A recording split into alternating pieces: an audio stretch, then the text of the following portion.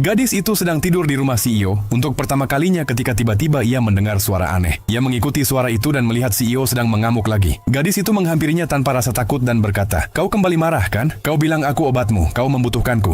CEO takut ia akan menyakiti gadis itu, maka ia mengusirnya, tetapi gadis itu menolak. Ia berkata, "Kau pernah menyelamatkan hidupku, sekarang giliranku untuk menyelamatkanmu." Sebenarnya beberapa hari sebelumnya pamannya yang serakah menjualnya kepada preman. Gadis itu menolak menikah dengan siapapun, lalu ia melarikan diri dan bersembunyi di pabrik tua. Di sana ia melihat CEO sedang menghukum bawahannya. Karena takut, gadis itu berteriak lalu berlari langsung ke pelukannya. Ketika para preman melihat CEO marah pada gadis itu, mereka langsung kabur ketakutan. Gadis itu menangis dan memohon ampun. Tiba-tiba CEO kejang dan jatuh kesakitan. Asistennya menyuruhnya segera pulang dan minum obat. Gadis itu memanfaatkan kesempatan itu untuk melarikan diri. Tetapi CEO menangkapnya dan berkata, "Jangan coba-coba lari, kaulah obatku." Gadis itu sadar bahwa ia tidak bisa lepas dari genggamannya, jadi ia terpaksa tetap tinggal. Ia berpikir, lebih baik di sini daripada dijual pamannya kepada preman. Keesokan paginya, saat ia hendak kabur diam-diam, CEO memergokinya. Saat itu gelang mahalnya putus. Gadis itu ketakutan lalu menangis. Asistennya marah dan berkata, "Gadis ini selalu bikin masalah, habisi saja." Namun CEO menghentikannya. Sebaliknya, ia memberikan cek 50 juta. Gadis itu menolak dan berkata, "Gelangmu rusak, aku akan membayarnya. Aku tidak mau cek itu." CEO terkejut melihat kejujurannya. Untuk pertama kalinya, ia bersikap lembut terhadap seorang gadis dan membiarkannya pergi tanpa menyakitinya. Sebulan kemudian, CEO melihat gadis itu di apotek. Ia datang membeli alat tes kehamilan karena menstruasinya terlambat. Hasilnya positif, ia benar-benar hamil.